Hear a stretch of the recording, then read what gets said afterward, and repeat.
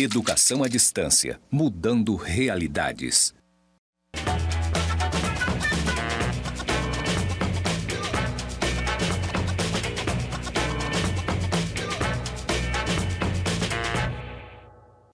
Olá, queridos estudantes!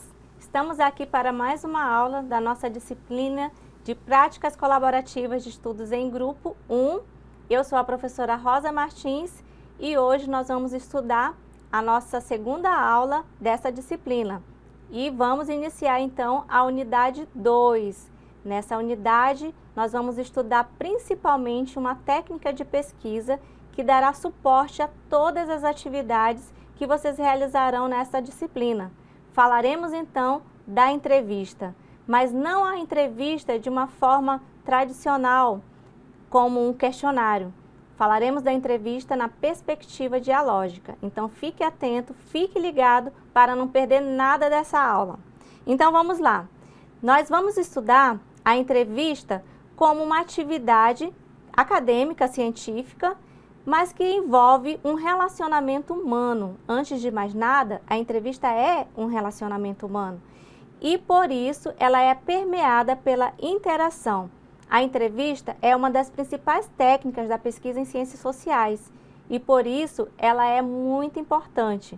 Mas é importante também destacar que a interação é o foco principal nessa técnica de pesquisa. E quando nós falamos de entrevista na perspectiva dialógica, eu gostaria de deixar bem claro que nós estamos falando de uma conversa, diálogo gravada, porque nós estamos fazendo uma pesquisa. Uma conversa sem ser gravada, ela pode ser uma conversa sem um fim específico, mas nesse trabalho que vocês farão, a entrevista ela é fruto de uma pesquisa, ela é um processo de pesquisa, portanto, ela será gravada para ter validade todas as outras etapas que virão. Então, fique atento que essa entrevista, ela precisa ter autorização do seu entrevistado. Então, como o professor Alberto Lins Caldas falou, e eu quero trazer aqui para vocês, que a entrevista, ela expressa uma comunicabilidade da experiência, e não apenas daquele indivíduo que foi entrevistado, mas também do seu grupo. Ecleabose fala também que nós lembramos para os outros. Então, nessa entrevista, vocês vão pensar em memórias, em lembranças, vão reviver palavras também da vida de vocês e daquela vida que vocês vão entrevistar, que é um professor. Então, vamos lá conhecer um pouco mais sobre a entrevista?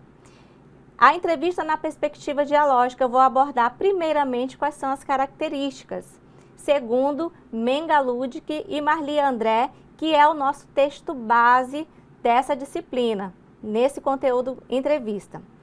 Então vamos lá, ela envolve uma influência recíproca daquele que entrevista e daquele que é entrevistado. Também a entrevista, ela realiza uma captação imediata da informação que a gente deseja, por isso ela é uma técnica que é utilizada de forma mais rápida, porque na medida que você pergunta, o outro interage com você e já te responde. Por isso, o resultado é muito mais rápido do que outras técnicas, como o questionário, por exemplo, que você entrega o questionário e só depois vai resgatar aquele documento. Na entrevista, não. Esse feedback acontece imediatamente.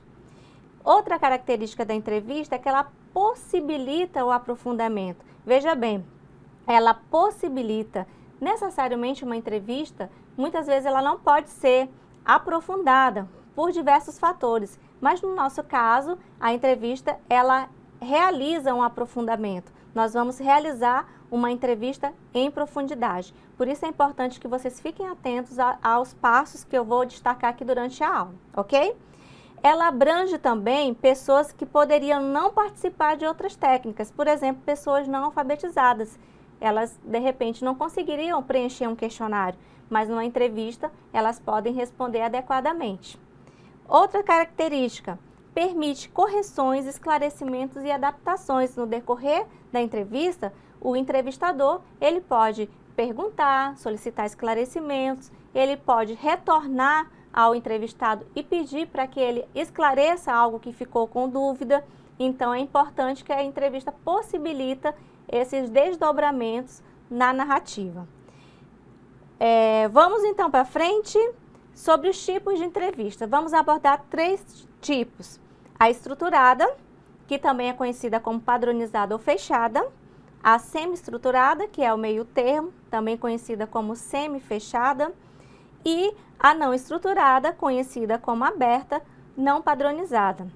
No nosso texto que vocês leram, com certeza, Marli André e Mengaludi que dizem que na educação o tipo de entrevista que parece ser mais eficaz para as pesquisas é a não estruturada, a entrevista aberta, ou ainda a semi-estruturada, e eu vou explicar um pouquinho de cada uma delas. A entrevista não estruturada, que segundo as autoras é o tipo mais importante para as pesquisas em educação, é uma entrevista com muita liberdade de fala do seu entrevistado. Você tem um objetivo, porque senão não seria uma pesquisa, seria uma conversa.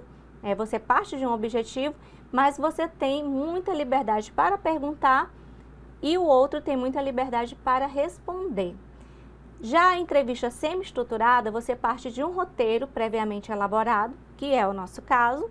Teremos uma série de questões norteadoras, mas há liberdade tanto para quem pergunta quanto para quem responde. Ou seja, no decorrer da interação, por isso é dialógica essa relação, o entrevistador ele pode incluir perguntas, ele pode solicitar esclarecimentos e o entrevistado pode também incluir novas informações não perguntadas.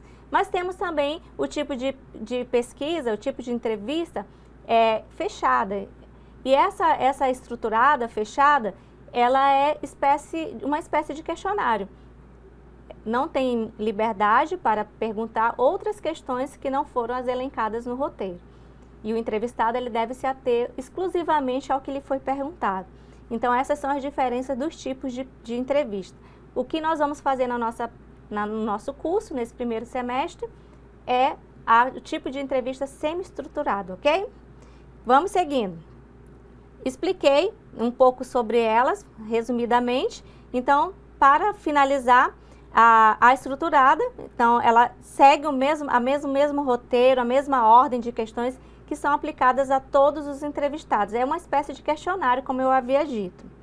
A semi-estruturada parte de um esquema básico com liberdade para o entrevistador e entrevistado. É o que nós vamos utilizar. E a não estruturada ou totalmente aberta são esquemas livres, partem de temas geradores ou temas centrais para que o seu entrevistado aprofunde, mas não há uma estrutura básica para que o seu entrevistado siga, ok? Com relação aos cuidados necessários à entrevista. O primeiro ponto é o respeito ao entrevistado. Se nós estamos falando de uma entrevista dialógica, a gente precisa pensar que eu não faço uma entrevista sozinho, eu não estou fazendo uma entrevista comigo mesmo, estou fazendo entrevista com outro. Então, que tipo de respeito, de que tipo de respeito nós estamos falando? Um dos primeiros tipos de respeito é você estar atento àquilo que é combinado com o seu entrevistado. Ele é um professor, ele tem seus horários, então você respeitar os horários, respeitar as datas que você marcar para fazer a entrevista. Outra forma de você respeitá-lo é manter o sigilo daquilo que foi conversado em entrevista. Porque muitas vezes, na hora da entrevista, ele vai falar livremente de assuntos que ele de fato não quer, não deseja que venha a público. Então, ele pode solicitar, no momento da conferência, da entrevista, que você retire trechos que ele havia lhe dito. E você precisa não apenas respeitar e retirar esses trechos, mas também não comentar. Não conversar com outras pessoas sobre aquele conteúdo que ele falou somente para você. Mesmo gravado, é um ato de confiança. Então, ele precisa sentir que você é uma pessoa confiável, ok? Existem várias formas de mostrar respeito. E essas que eu falei são umas delas. Outra é você estar atento ao interesse dele. Se ele quer falar mais sobre um determinado ponto do que sobre outro, você precisa dar voz a ele, precisa dizer que você está disposto a ouvir, precisa ouvir com atenção.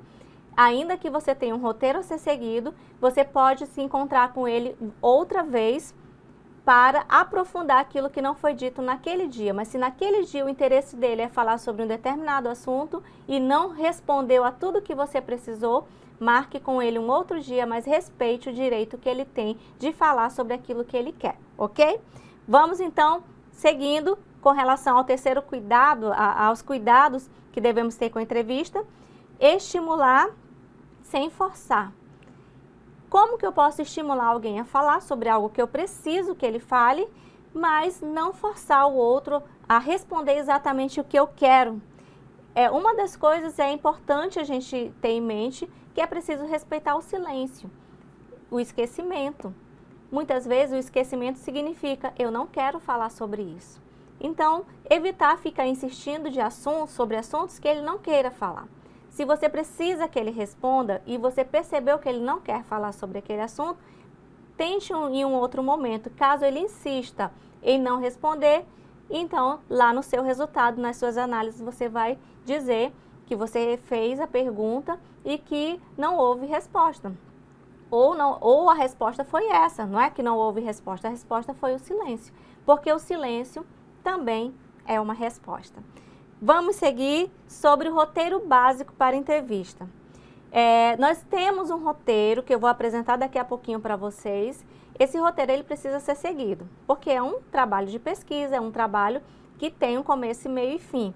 Se você começar a criar questões que não estão no roteiro e de repente deixar aquelas questões de lado, você não vai cumprir os objetivos do trabalho. Então, é importante que você estude esse roteiro e que você tenha em mãos esse roteiro para que não perca nada daquilo que foi proposto, tá? Então, é importante também não apressar as respostas desse roteiro. Não ficar com tanta ansiedade querendo que ele responda tudo de uma vez. Como eu falei para vocês, vocês podem marcar mais de um encontro se for necessário.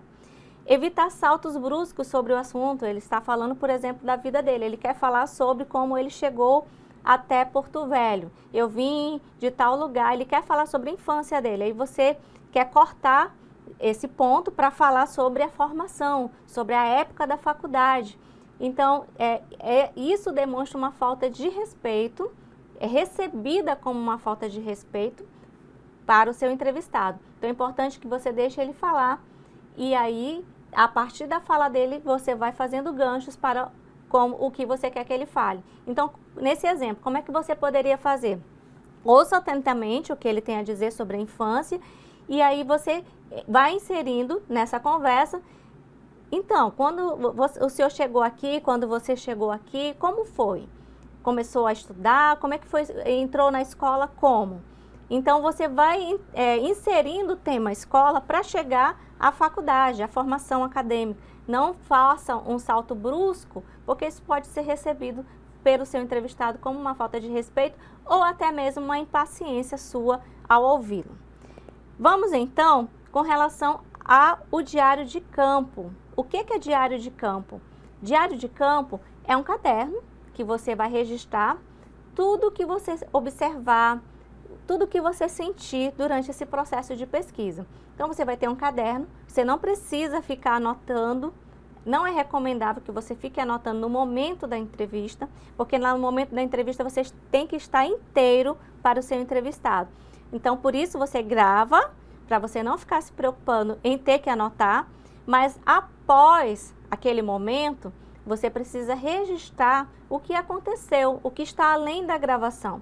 Como você foi recebido, em que lugar que foi recebido, quanto tempo durou, como foi a recepção, se existiam outras pessoas naquele lugar, ou somente você e o seu entrevistado. Todas essas informações, elas farão parte da sua análise. Então, é importante que você registre no seu caderno, que é o seu diário de campo, ok? Vamos ainda para uma pergunta muito importante. Como você pode registrar os dados obtidos? A Mengaludic e Marli André, elas tratam de duas questões, anotações na hora da entrevista e gravação. Aquelas pessoas que fazem as anotações na hora da entrevista, geralmente são aquelas que não gravam, mas nós optamos por gravar essa entrevista para que vocês fiquem livres para prestar atenção e interagir com o seu professor que você vai entrevistar, ok? Então, as autoras dizem, É muito importante que o entrevistado esteja bem informado sobre os objetivos da entrevista e de que as informações fornecidas por ele serão utilizadas exclusivamente para os fins da pesquisa, respeitando-se sempre o sigilo em relação aos informantes. É preciso ainda que ele concorde, a partir dessa confiança, em responder às questões, sabendo, portanto, que algumas notas têm que ser revistas, têm que ser tomadas e até aceitando um ritmo com pausas destinadas a isso. Se o seu entrevistado ele estiver ciente dos objetivos da sua pesquisa, da sua entrevista, ele vai colaborar com você. Se ele não estiver ciente, dificilmente ele vai ter condições de entender que você precisa dar uma pausa, que você precisa, se estiver gravando com a fita, por exemplo, virar a fita, mas quase não se usa mais isso, usa-se um gravador que não precisa usar a fita. Então, você precisa manusear esse seu equipamento, se vai gravar no celular ou não, enfim, ele precisa estar ciente qual o equipamento que você vai utilizar para gravar a entrevista e quais são os objetivos da sua pesquisa. Então, esse é o primeiro ponto. No momento que você convidá-lo, você já precisa apresentar quais são os objetivos dessa pesquisa. E qual é o objetivo da nossa pesquisa? Essencialmente, nós estamos analisar histórias de vida de professores da educação básica. Então, é importante que eles saibam que nós estamos coletando diferentes entrevistas com professores de diferentes níveis de ensino, desde a educação infantil até o ensino médio, compondo um quadro de histórias de vida de professores da educação básica, e a história dele vai fazer parte desse nosso contexto, da formação de futuros professores, que é você aí que está me ouvindo agora. Então, importantíssimo que ele entenda isso. Eu quero sugerir uma leitura que está no nosso plano de ensino, que foi a minha pesquisa de mestrado. Eu fiz uma pesquisa com professores, por isso eu estou indicando, e utilizei esse método da história oral de vida. E por isso, nesse trabalho, que é a dissertação de mestrado, vocês vão ter acesso a maiores informações sobre tudo isso que eu estou falando. Lá, por exemplo, eu relato passo a passo todas as etapas da entrevista, coloco lá para vocês, na minha pesquisa, sobre como foi o contato com os professores, como eu realizei a entrevista. Temos lá as entrevistas na íntegra e a análise. Então, com base nesse trabalho, vocês vão ter uma ideia mais objetiva de como é feito um trabalho de história oral. Esse é um exemplo de pesquisa que vocês podem consultar, ok? Bom, agora eu vou tratar de algumas orientações para o trabalho de campo. As primeiras orientações são essas. Estudar o roteiro das perguntas, que eu vou inclusive apresentar agora para vocês, mas vai ficar também no nosso ambiente virtual. Identificar quem será o professor ou a professora que você vai entrevistar e em qual escola esse professor trabalha. Depois vocês vão me repassar essas informações, nome do professor, nome da escola, para que possamos fazer o contato com a escola. Você vai receber uma carta de apresentação para a escola e vai entregar essa carta lá na escola, informando que você vai fazer um trabalho com o professor. E lá nessa carta vai apresentar você e também a pesquisa. Depois que você fizer esse passo mais institucional, você está pronto para marcar a sua entrevista com o professor. E aí é nesse ponto que eu vou falar agora, que é o passo 1. Passo 1 são as decisões iniciais e a gravação. As decisões iniciais são com relação à entrevista, local e data. Como você vai realizar essa entrevista, onde e quando. Segundo Merri e Holanda, geralmente quem decide essas informações, onde e quando, é o seu entrevistado. Então é importante que você dê a ele essa oportunidade de escolher conforme o tempo dele. É claro que você pode se ajustar ao tempo dele ou negociar com ele também essa data, mas é importante dar preferência à disponibilidade do seu professor, ok? Dito isso, depois que você já combinou com ele, a entrevista vai acontecer tal dia e tal horário, você já pode iniciar a gravação. Então, naquele dia você vai levar o seu roteiro que você já estudou e vai começar a fazer as perguntas conforme você vai receber as orientações, ok? Gravou o dia da entrevista, chegou em casa, anota tudo que você observou durante a entrevista e já começa a fazer, assim que possível, a transcrição, que é o passo 2. Então, segundo o professor Alberto Lins Caldas, a transcrição é literal. É o ato de passar para o papel tudo o que foi dito, inclusive os erros de ortografia, vazios, silêncios. Como é que eu represento um silêncio no papel? Você vai usar alguns códigos, você pode colocar 3 pontinhos entre colchetes.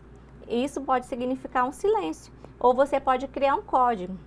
Geralmente a gente coloca 3 pontinhos, ou sem colchetes, ou com colchete, mas é preciso indicar que ali houve uma pausa. Então é importante passar a fala para o papel. Essa é a transcrição, sempre literal, ok? O próximo passo, depois da transcrição, é a textualização. Textualização é o momento que você vai apagar as falas, as suas falas, o eu narrador, né, o entrevistador, para que o seu entrevistado apareça. Você vai desaparecer provisoriamente, mas na verdade você não desaparece. Você vai desaparecer da entrevista, mas você vai permanecer em diálogo com o seu entrevistado, porque você é o eu narrador, você vai contar essa história, você estará presente em todos os momentos, ok? Mas a segunda etapa, quando a gente fala em textualização, o que significa é transformar num texto do outro, texto de quem disse. Quem disse não foi você, você perguntou. Então, você vai retirar as suas falas e vai deixar a fala do outro. Nessa fase também, você já vai fazer correções gramaticais, ok? Já vai buscando, deixando o texto um pouco mais compreensível para quem for ler. E aí vem a última parte, que é a transcriação. A transcriação é o ato de recriação para comunicar melhor o sentido e a intenção do que você registrou. Mas ainda, nem tudo pode ser transcriado. Daqui nós temos uma diferença entre o que pode e o que não pode ser transcriado. Fatores constatativos que dizem respeito a dados fixos, onde a pessoa nasceu, por exemplo, esses dados você não pode transcriar. Mas os dados, fatores performativos, são abertos, ligados a sentimentos e a sensações, você pode transcriar. E quando a gente fala em transcriar, eu estou falando em reescrever. Reescrever trechos confusos, tornando-os mais compreensíveis, mas não mudar o sentido. A importância é que você permaneça aquilo que o outro disse, mas você reescreve para que ele apareça ainda mais. Como saber se você não está sendo invasivo, se você não está alterando o sentido do que o outro disse? Importante saber disso, né? Aí nós vamos para a próxima etapa, que é a conferência. É nesse momento que você vai devolver o texto transcriado para o seu entrevistado e ele vai ler e dizer para você, sim, é isso mesmo. Ou então ele vai dizer, não, eu não falei isso. Eu quero que você reformule isso, eu quero que você retire trechos. Esse trecho eu não gostei, não quero que apareça desse jeito. Reescreve desse jeito. Então é importante que na conferência ele vai dizer como ele quer ser visto. Mesmo que você tenha reescrito algo que para você se tornou mais compreensível, ele vai ter a oportunidade de dizer se é isso mesmo ou não. Então é na conferência que nós vamos ter o texto final da entrevista. É o momento que ele vai dizer, o seu entrevistado vai dizer, é isso mesmo que eu disse, é dessa forma que eu quero que fale sobre mim, ok? Então, nesse momento, você já vai dar para ele o que nós chamamos carta de cessão, ou na pesquisa, termo de consentimento livre esclarecido, que é o momento em que ele vai assinar uma carta dizendo que ele autoriza você a publicar esse trabalho, ok? Então, é o passo 6, carta de cessão ou termo de consentimento livre esclarecido, que é o documento que autoriza o uso da entrevista, como eu acabei de falar, ok? Então, vamos agora para a parte da análise. Na parte da análise, já fiz a entrevista, já tenho autorização do meu entrevistado. Como eu vou fazer a análise? Primeiro ponto que eu quero trazer para vocês é identificar na entrevista quais foram as respostas às questões norteadoras. Vocês verão no roteiro que estará lá no AVA, que cada disciplina vai ter um número. Por exemplo, História de Rondônia, História da Educação de Rondônia, Brasileira e de Rondônia, vai ter o número 1. Então, a pergunta número 1, a pergunta dessa disciplina, você vai identificar com o marcador 1 na entrevista. Então, toda vez que ele responder, ou quando ele responder essa questão, você vai colocar o número 1. Eu vou mostrar para vocês aqui um exemplo, daqui a pouquinho. Então, vamos lá. Nessa análise, você primeiro vai identificar no texto quais são as respostas a cada questão norteadora e interpretar essas respostas com base nas leituras indicadas. Cada disciplina indicou uma leitura específica e você vai ler aquele texto que o professor indicou e você vai interpretar, comentar, reforçar o seu argumento com aquilo que o autor disse ou até mesmo discordar do autor ou fundamentar a sua fala com uma citação, que também nós vamos fazer isso daqui a pouco. Então, vamos aqui com relação às questões norteadoras. Quais são? História da Educação Brasileira e Rondoniense, você vai fazer a seguinte questão. Conte-nos um pouco sobre a história da sua formação. Você vai pedir para que o professor que você vai entrevistar conte para você um pouco sobre a formação dele. Ele pode começar a contar, por exemplo, sobre a faculdade, mas ele pode começar a contar sobre quando ele morava no sítio, ele tinha muita vontade de estudar e não tinha oportunidade, não tinha escola, ele tinha que trabalhar na agricultura. Então, assim, ele vai contar de onde ele quiser contar. Então, até chegar ao ponto que você quer saber sobre como ele se formou professor, ele pode percorrer um caminho longo ou um caminho curto. Isso é uma escolha dele. Esteja sempre pronto para ouvir, ok? Sobre a disciplina de conceitos básicos de matemática e estatística, temos aqui algumas questões. Qual é a sua idade? Qual é a sua formação acadêmica? Você fez licenciatura ou bacharelado? Qual é o nível de ensino que você atua? Você atua na educação infantil, fundamental ou médio? Você atua na área para a qual você foi formado? Essas são as questões que o professor Rafael solicitou para que vocês perguntassem. Vocês não precisam perguntar tudo ao mesmo tempo. No momento que ele estiver se apresentando, você pode inclusive pedir para ele iniciar falando dele. Então ele pode dizer, eu sou fulano de tal, eu tenho tantos anos de idade, então você já não precisa perguntar a idade dele, se ele já falou espontaneamente, ok? Se ele não falou, fique atento porque você precisa perguntar, ok? Vamos lá então, sobre a disciplina filosofia. O professor Euliene solicitou que vocês perguntassem, na sua opinião, quais são as coisas mais importantes que o seu aluno deve aprender com relação aos aspectos metafísico, epistemológico e religioso. E a outra pergunta que ele pediu que vocês fizessem é: o que da resposta à primeira pergunta que te fiz seria possível concretizar com a tua colaboração? Primeiro é saber quais são, o que é mais importante que o aluno aprenda com relação a esses aspectos que o professor solicitou. E depois como é que ele, o seu entrevistado, pode ajudar o aluno. Como o aluno pode chegar nesse ponto com a ajuda do professor. Então, são duas questões para pensar, por isso é filosofia, hein?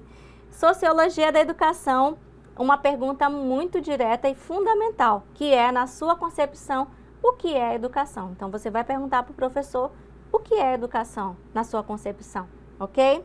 Vamos lá, então, para a língua portuguesa, oralidade, leitura e escrita. A professora Andréia pediu. Você se lembra de como os professores das séries iniciais te ensinaram a ler? Eles usavam textos, ou letras, ou sílabas, palavras, ou apenas em seguida apresentavam os textos, ou desde o início apresentava textos, livros literários. A professora quer saber se ele se lembra como é que ele foi alfabetizado, se ele lembra lá da alfabetização dele, se ele aprendeu primeiro as letras, se ele aprendeu logo as sílabas, como é que foi esse processo de alfabetização. Se ele, os professores dele davam logo textos para eles, mesmo sem ele saber ler, ou se começava com o método mais tradicional que apresentava primeiras letras. Então, precisa que vocês vai ser um esforço de memória para que esse professor lembre. Então, fique atento ali, porque você vai ter que estimular o diálogo e fazer algumas outras perguntas que não estão, para que ele, de repente, possa se lembrar. Mas o importante maior aqui é que você ouça, faça a pergunta e ouça, ok? Sobre a disciplina de metodologia dos trabalhos acadêmicos e científicos, a professora Anabela perguntou, quer que vocês perguntem, como você se tornou um professor? Que professor sou? Você vai perguntar para ele, que professor você é? Qual é o seu chamado? Qual é a sua jornada? E como a pesquisa fez parte da sua história de ser educador? São essas questões que a professora Anabela pediu para que vocês perguntassem, ok?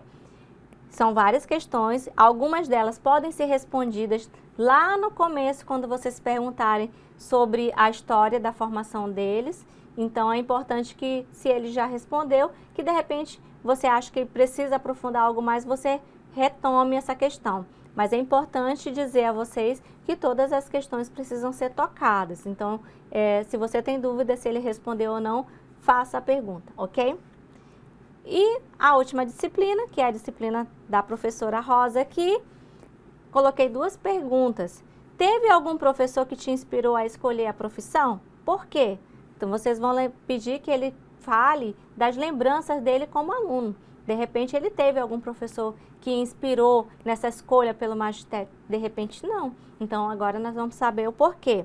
E também quais são as suas satisfações e insatisfações como professor.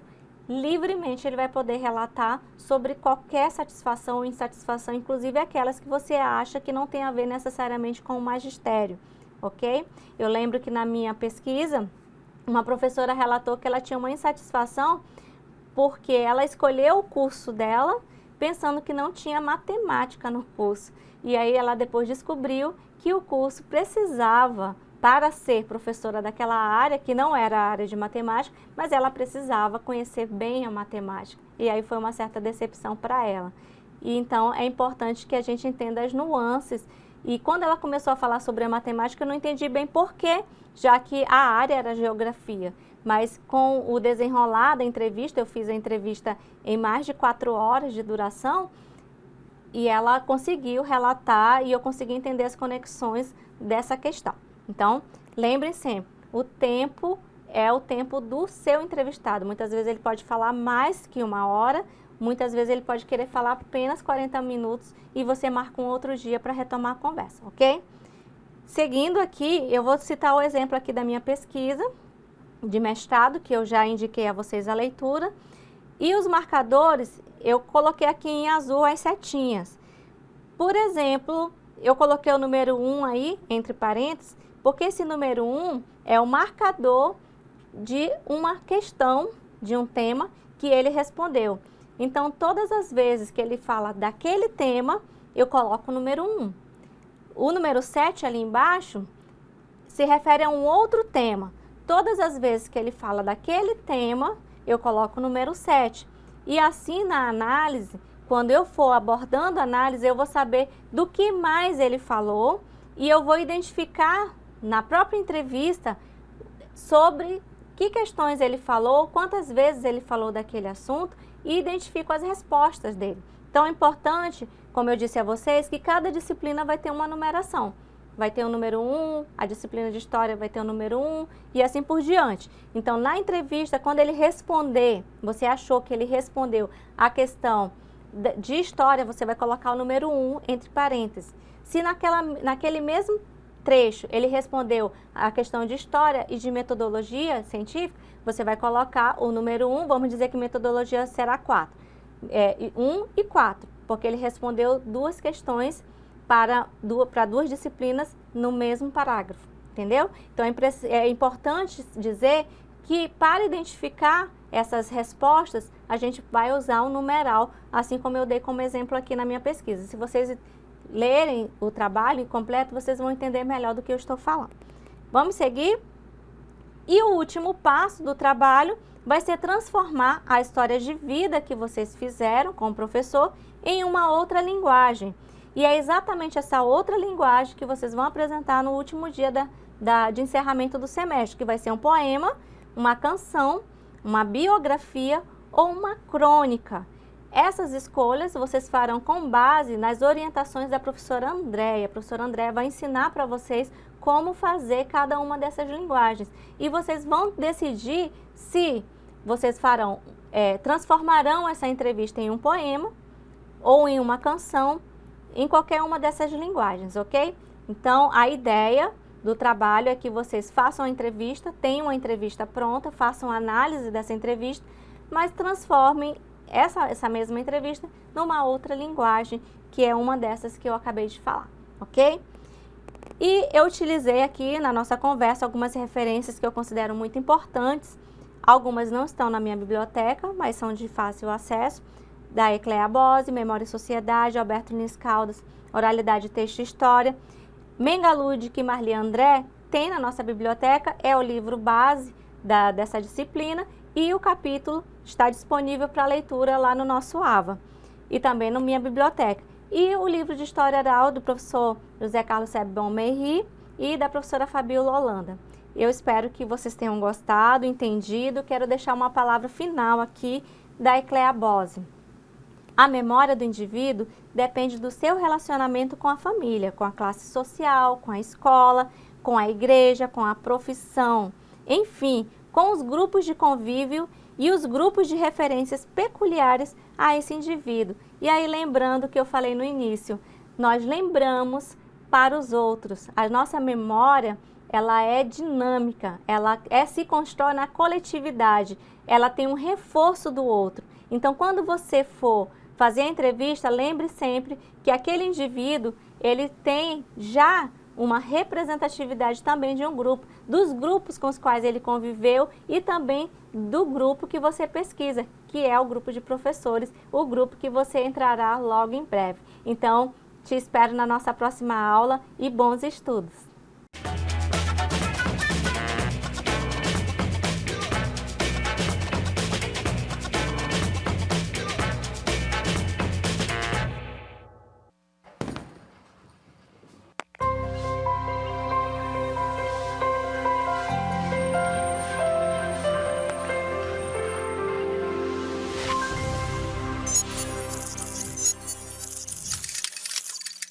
Educação à distância, mudando realidades.